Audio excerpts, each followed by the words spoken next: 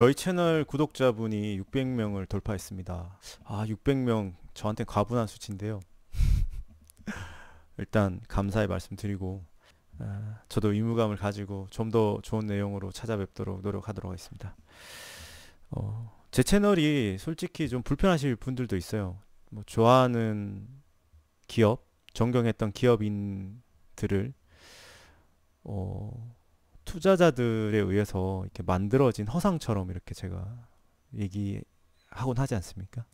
진짜 기업이 어떻게 성장하는지 또 어떤 과정을 거치는지 제가 철저하게 밝힘으로 해서 창업자분들이 내가 지금 어떤 식으로 성장시킬까에 대한 구체적인 방안들이 제 방송들을 통해서 좀 찾으실 수 있었으면 좋겠다는 생각에 제 방송을 하고 있습니다. 저도 듣기 좋은 얘기, 좀 이슈되는 얘기, 그리고 좀 포장해가지고 이렇게 방송을 하면 되죠. 근데 저라도 진짜 기업 이야기를 떠들어야 될 것 같아가지고요. 뭐 유튜브를 봐도 방송을 봐도 그 기업이 성장하는 실체에 대한 이야기는 전혀 없습니다. 창업자들은 그런 신화되어 있는 어떤 시나리오에 존재했던 그런 이야기들만 접하게 되고요. 그걸 통해서 꿈을 키우기 때문에 기업을 성장시키지 못하고 또 많은 실패를 경험하게 됩니다. 저도 그런 사람들 중에 한 사람이고요.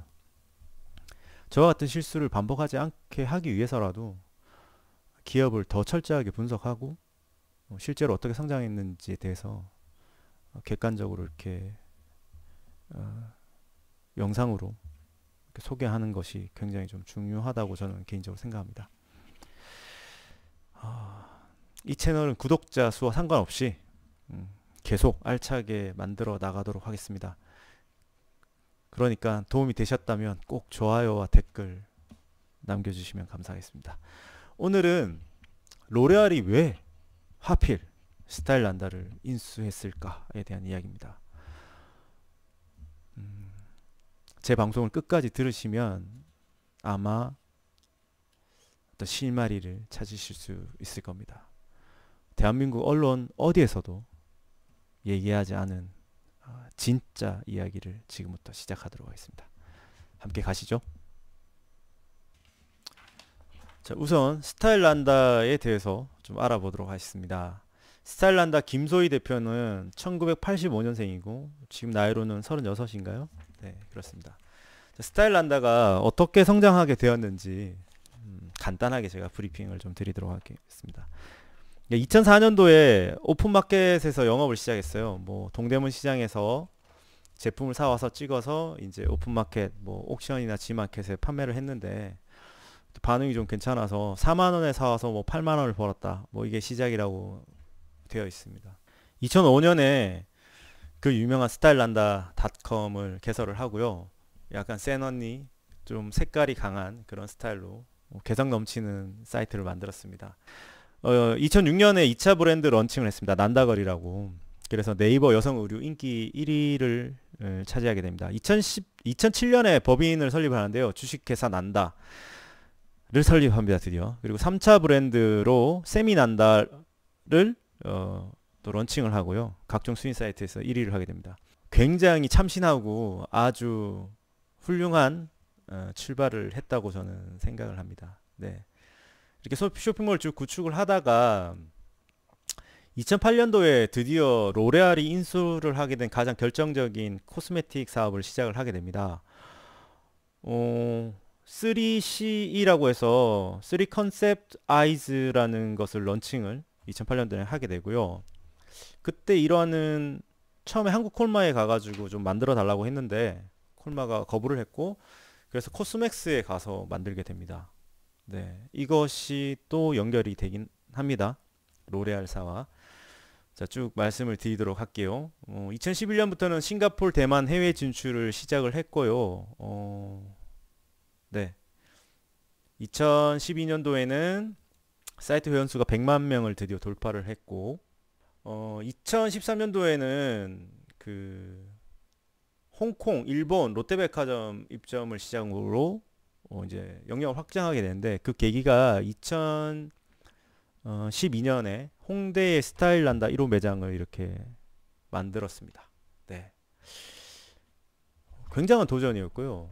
온라인 업체가 오프라인으로 간다는 거는 고정비 지출이 굉장히 많은데 과감하게 이렇게 진행을 했더라고요. 음, 어떤 조언을 받아서인지는 모르겠지만 이렇게 진행을 했습니다. 이게 어떤 결과를 나타내었는지 좀 이따 설명을 좀 드리도록 할게요. 이런 것들이 근데 결국에는 뭐 스타일 난다가 로레알에 판매되는 데에 큰 공헌은 하진 않았습니다. 네. 중요한 건 이게 아니었습니다. 근데 뭐 계기는 됐죠. 그래서 2015년에 이제 국내외 오프라인 매장을 굉장히 많이 늘렸고요. 상승세를 타게 되면서 2016년에 안정화로 단계에 갔고 그때 이제 매출이 1000억이 넘습니다. 그러니까 1287억이 되었고요. 당시에 이제 현대백화점에서는 이제 백화점이라고 하는 것이 수수료 장사인데 브랜드 장사를 좀 하고 싶어 했나 봐요. 브랜드 이미지가 괜찮았기 때문에 현대백화점에서 5천억의 인수를 한다는 설이 돌았었어요. 회계법인이죠. EY 한영이라고 하는 곳에서 좀 거부를 했습니다. 예, 뭐 자세한 내용은 내부 사정이기 때문에 그로부터 이제 한 2년 뒤 2017년에 이제 로레알에서 인수 작업을 시작을 했고 그때 이제 인수 자금이라든지 여러 여건이 맞지 않아서 2018년 5월 달이 되어서 이제 6천억의 로레알로 인수가 되게 됩니다. 네. 그래서 언론에서는 이 김소희 대표가 자산이 6천억이라고 계속 이렇게 떠들고 있는데 절대 그럴 수가 없는 거죠. 네. 스타일란다의 이제 성장 스토리는 그만하고요. 자, 스타일란다를 왜 로레알에서 인수를 했는지에 대해서 한번 살펴보도록 하겠습니다. 자, 스타일란다 운영사 난다의 영업 실적인데요. 아까 제가 앞에서 말씀드렸다시피 이제 오프라인을 진출하기 전에 2010년도에 보면은 영업이익이 마이너스 37억, 2011년도에 마이너스 48억이에요. 그 앞에도 계속 영업 손실이 일어나고 있었습니다. 2012년도에 이제 42억 영업이익이 났는데요. 2013년도에 보면은 이제 677억, 203억의 영업이익을 냈습니다. 이 회사가 무슨 IT 회사도 아니고요. 보세 의류를 온라인에서 유통하는 회사였습니다. 그런데 한 3년 동안 누적 적자가 100억이에요. 이 회사가 가치가 있을까요? 심지어 노브랜드잖아요. 동대문에서 스타일 괜찮은 옷을 떼다가 온라인에 파는 업체인데요. 2011년과 2012년 이 사이에 투자가 들어갔겠죠. 사모펀드라고 저는 생각을 합니다. 로레알에 인수될 때 결정적인 역할을 했던 EY 한영이라고 하는 회계법인과 연관이 있을 거라고 저는 봅니다. 쭉 한번 읽어드릴까요? 2014년도에 드디어 1000억이 돌파를 했고요. 아까 앞에서 한번 설명해 드렸죠. 왜 돌파가 됐는지. 2015년도에 1000억, 2016년도에 1287억, 그리고 2017년도에 로레알에게 인수되기 직전이죠. 1675억. 근데 영업이익은 똑같아요. 이때는 제가 봤을 때는 마케팅 비를 엄청나게 써서 기업 매출을 확대하는데 모든 역량을 집중했을 겁니다. 왜냐? 2018년도에 로레알의 비싼 값에 인수가 돼야 되기 때문이죠. 그래서 2017년도에 인수가 되지 않았다고 저는 봅니다. 2016년하고 2017년도에 400억 정도가 차이가 나잖아요. 그러면 인수 금액이 대략 1,500억에서 2,000억 정도 차이 난다고 봅니다. 2016년도 매출을 가지고 2017년도에 로레알이 스타일란다를 인수를 했다면 4,000억에 인수할 수 있었는데 2016년도에 1,675억을 매출을 올렸기 때문에 2018년도에 6,000억을 주고 인수를 하게 되는 거죠. 그 코스맥스가 스타일란다의 모든 제품을 만들어주고 있습니다. 로레알이라는 브랜드가 얼마나 많습니까? 그럼 로레알이라는 브랜드로 스타일란다와 똑같은 제품을 코스맥스에서 만들면 되는데 굳이 스타일란다를 왜 6천억이나 주고 인수를 했을까요? 그 6천억은 과연 스타일란다 대표 김소희 대표에게 다 갔을까요? 뭐 이런 거죠. 이 인수합병을 통해서 누가 가장 큰 이익을 봤을까? 누가 가장 배가 불렀을까? 이제 이런 것들을 한번 살펴보도록 하겠습니다. 대한민국 언론 어디에서 다루지 않았고요. 아무도 얘기하지 않는 내용입니다. 네. 단서를 한번 찾아보도록 하겠습니다. 이 기사는 2018년 4월에 난 건데요. 5월 달에 인수가 됐기 때문에 로레알 매각 스타일난다 22세 대표가 일군 온라인 쇼핑몰 신화 이렇게 되어 있고요. 자, 여기 첫 번째 줄에 굉장히 중요한 단서가 있습니다. 지난 9일 투자은행 업계에 따르면 스타일난다 브랜드를 운영하는 난다의 매각 주관을 맡은 스위스계 글로벌 투자은행 UBS가 로레알 그룹을 인수 우선 협상 대상자로 선정하였다. 대부분의 사람들은 매각 주관을 맡은 UBS가 로레알을 우선 협상 대상자로 선정했구나로 생각하겠죠. 그런데 굉장히 재미있는 사실이 있습니다. UBS는 유니온 뱅크 오브 스위스의 약자입니다. 한마디로 스위스 은행이죠. 지금은 대부분의 자금을 이제 미국이 갖고 있고요.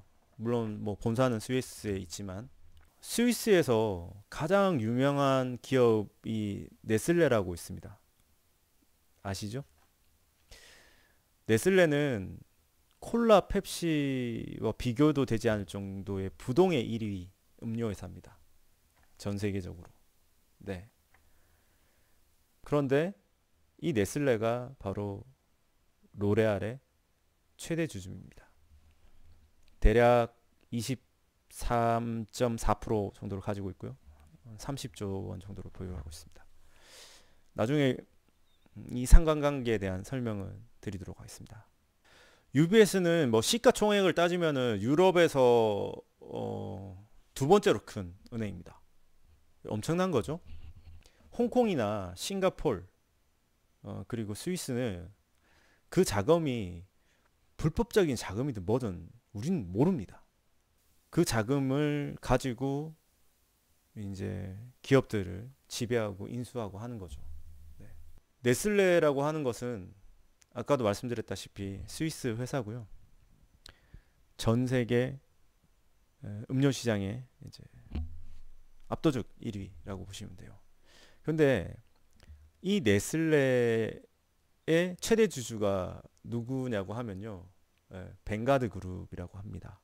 이 네슬레를 차지하기 위해서 그 벵가드 그룹하고 서드 포인트라고 하는 그 미국 헤지펀드 회사랑 좀 이렇게 전쟁을 좀 벌이고 있는데요. 여튼 벵가드 그룹은 1974년도에 설립이 됐는데 자본금이 무려 2200조예요. 2200조. 예.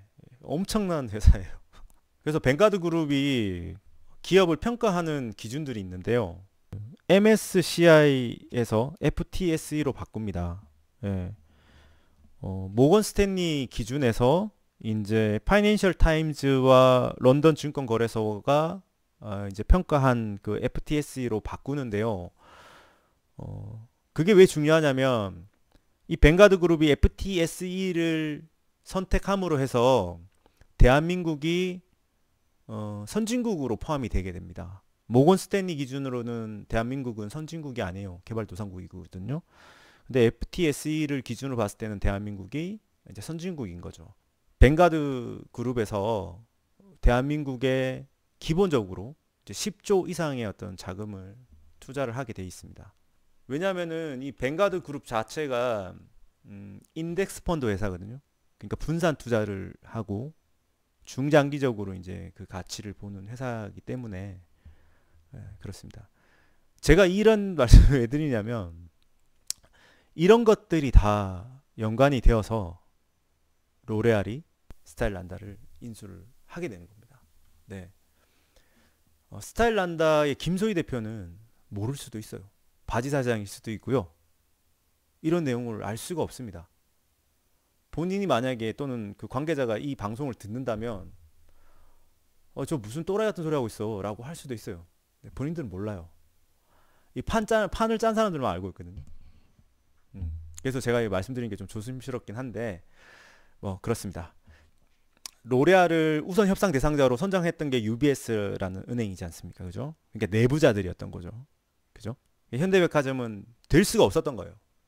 왜?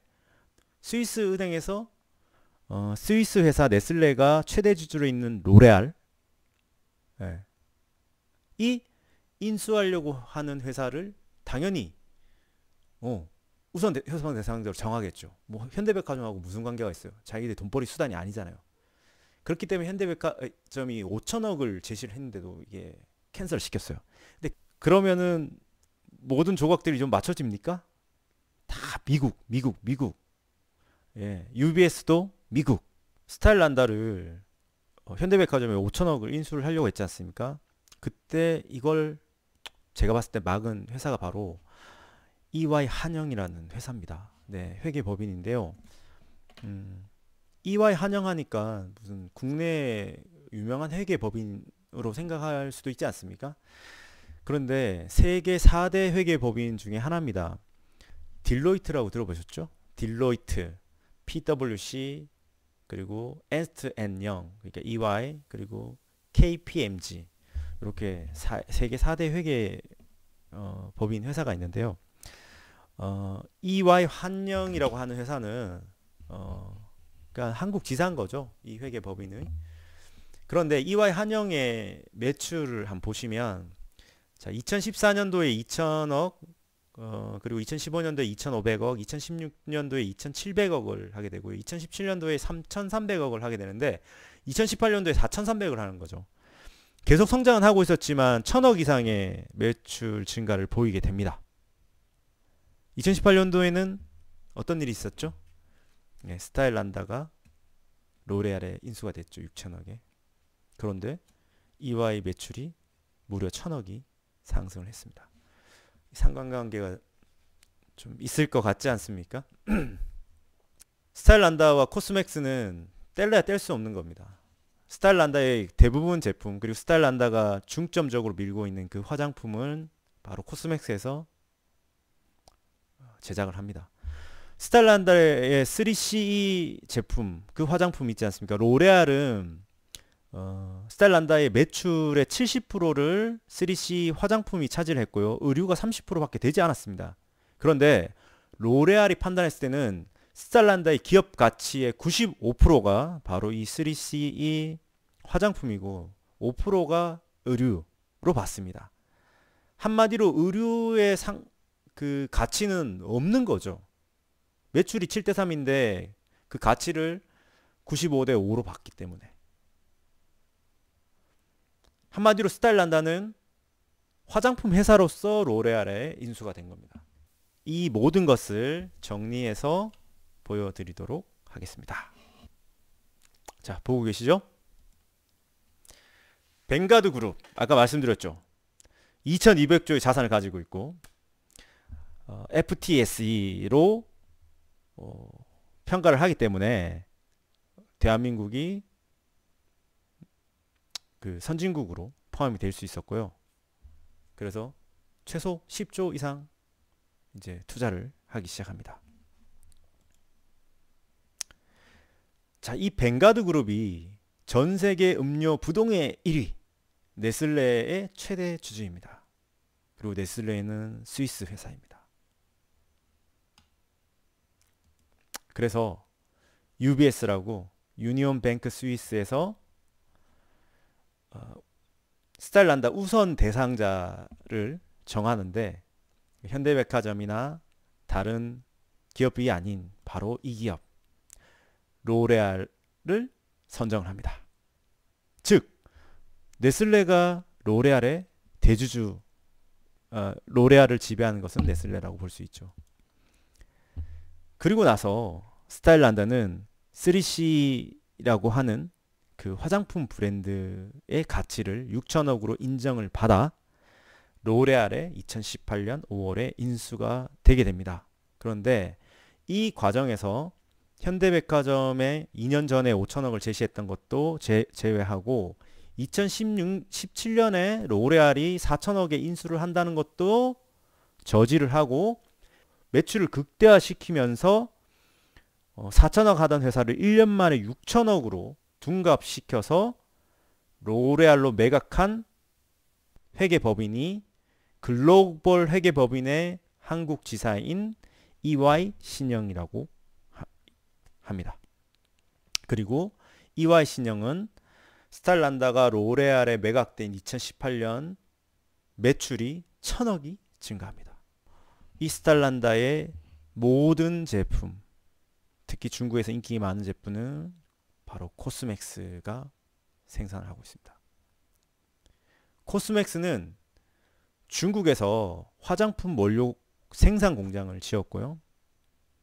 아직 중국 회사와 1위 자리를 다투고 있습니다. 중국 전체 시장의 화장품 원료 공급의 5% 정도를 차지하고 있습니다. 스타일란다는 중국 시장으로 갔지 않습니까? 로레알이 중국 시장을 공략하고 있지 않습니까? 중국 현지에서 3C를 만들어 판매를 하겠죠? 그 원료, 그 제품은 누가 제작합니까? 바로 코스맥스가 제작합니다.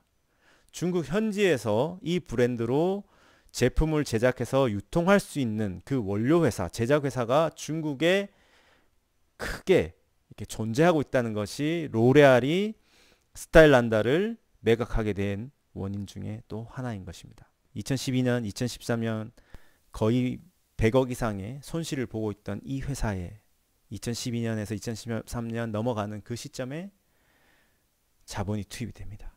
어떤 자본인지 모르겠지만 그 자본을 가지고 홍대에 스타일란다 편집샵 매장을 내게 됩니다. 아주 예쁘고 화려하게요. 그리고 2014년도 중국 왕홍들이 와서 이런 분위기 만들고 이렇게 합니다. 과연 이것이 김소희 대표가 역경을 견디고 이기면서 만들어낸 신화일까요? 매년 수십억 손실을 내고 있는 굉장히 유명한 브랜드를 어떤 방향, 그리고 어떤 매출, 그 어떤 재무 구조를 만들게 되면 글로벌 기업의 매각을 통해서 투자자들이 수익을 받을 수 있는, 수익을 얻을 수 있는 그런 기획에 의해서 거기까지 가게 된 것일까요? 이 판단은 제 영상을 보신 여러분들이 하시는 겁니다. 저는 여기까지만 알려드리도록 하겠습니다. 오늘 방송 여기서 마치도록 하고요. 더 좋은 내용으로 찾아뵙도록 하겠습니다. 감사합니다.